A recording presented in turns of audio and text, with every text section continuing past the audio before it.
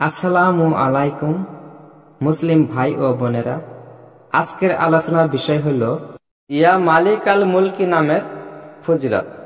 ইয়া মালিক আল মুলকি নামটি প্রতিদিন ৭,০০০ বার করে একাধারে ৭ দিন পর্যন্ত পাঠ করলে দুনিয়ার বুকে খুব বেশি মান সম্মান লাভ হয়। সবাই তাকে বেশি পরিমাণে ভক্তি শ্রদ্ধা করে। ইয়া মালিক আল মুলকি এই পবিত্র নামটি প্রতিদিন ৩০০ বার করে পাঠ করলে কয়েক দিনের মধ্যেই সেই ব্যক্তি দেশের শ্রেষ্ঠ ধনীদের মধ্যে গণ্য হবে। তার ব্যবসা বাণিজ্য, কৃষি, চাকুরি ও যে কোনো দিক দিয়ে ধারণাতীত ভাবে অর্থ আসতে থাকবে।